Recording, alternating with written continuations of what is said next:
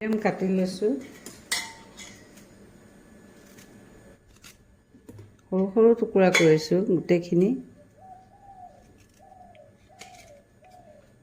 Jelly বনাম, মধুৰিআমৰ জাম। ইমান যে ভাল লাগে ন খাই। এইখিনি বইল কৰিম এতিয়া। পানী দিম মধুৰিআমৰ সমানে, বইল হ'ব লাগিব।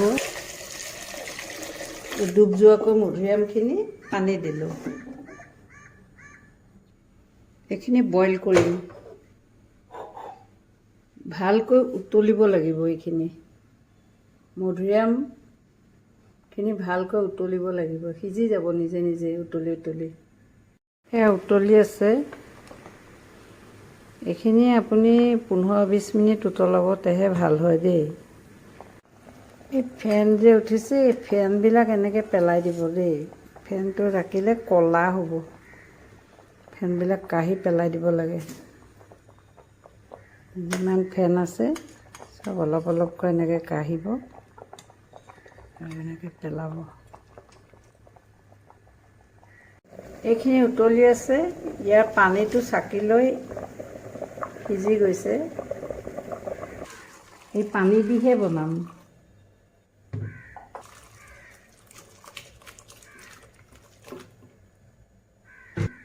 এইখিনি এনেকৈ থৈ তলৰ পানীখিনি দি বনাম। এইখিনি পেলাই দিম, এইখিনি কাম নাই আৰু। মোৰ এই পানীখিনি ইমানখিনি ওলাইছে। ইয়াতে মই চেনি দিম 600 গ্ৰাম।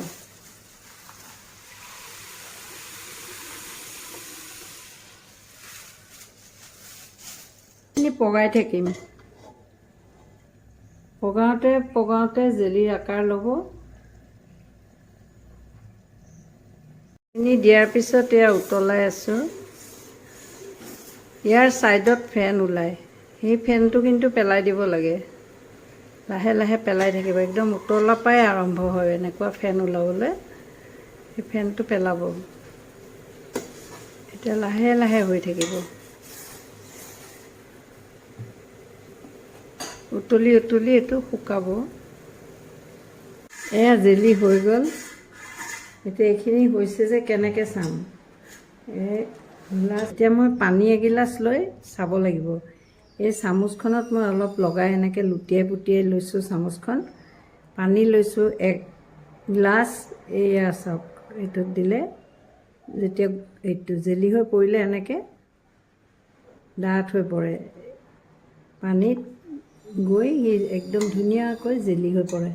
এইটোৱে হৈছে প্ৰচেছ। এতিয়া মই এইখিনি অলপ ঠাণ্ডা কৰি ভৰাই থ'ম। গোটা হৈ পৰিছে। এতিয়া মই বটলত ভৰাই থ'ম। বটলত ভৰোৱাৰ পিছত সি ভালকৈ ছেটিংছ হ'ব। মই 3টা বটল লৈছোঁ। এটাতে একেলগে ভৰালে বেয়া হোৱাৰ চান্স থাকে, চামুচ বাৰে পুতি লাগি থাকিলে। এইখিনি এতিয়া কাক মাৰিব নালাগে। ঠাণ্ডা হোৱাৰ পিছত এয়াৰ টাইট কৰি পেলাই মাৰি থ'ব। আপুনি 1 বছৰ খাব পাৰিব, নষ্ট নহয়।